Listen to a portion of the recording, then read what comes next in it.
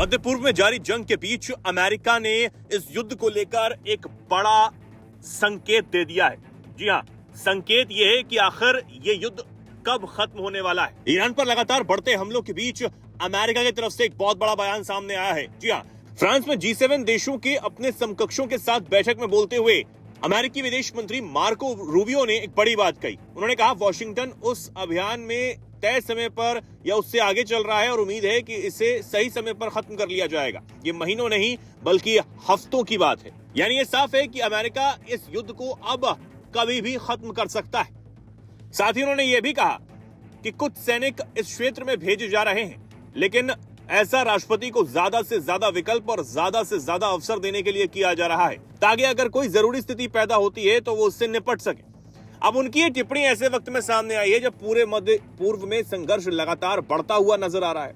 दिन ब दिन ऐसा लग रहा है कि ईरान झुकेगा नहीं और आने वाले समय में वो और हमले तेज करेगा। इस बयान के बावजूद हालात इस युद्ध के कुछ और ही कहानी बयां कर रहे हैं। ईरान लगातार अमेरिकी और उनके सहयोगी ठिकानों पर हमले बोल रहा है।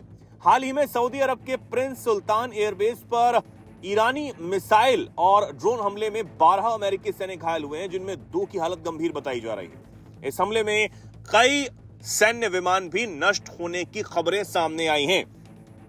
अब अमेरिकी विदेश मंत्री ने भले ही जमीनी युद्ध से साफ मना कर दिया हो, लेकिन पेंटागन ने हजारों मरीन और एयरबोर्न सैनिकों को मिडल ईस्ट भेजना शुरू कर दिया है। इस बीच राष्ट्रपति ट्रंप ने भी इस जंग को जल्द खत्म करने की बात कही थी। उन्होंने ईरान को स्ट्रेट ऑफ हॉर्मुज खोलने के लिए 10 दिनों की डेडलाइन भी दी है, वरना ऊर्जा ढांचे पर हमले की चेतावनी भी ट्रंप की तरफ से दे दी गई।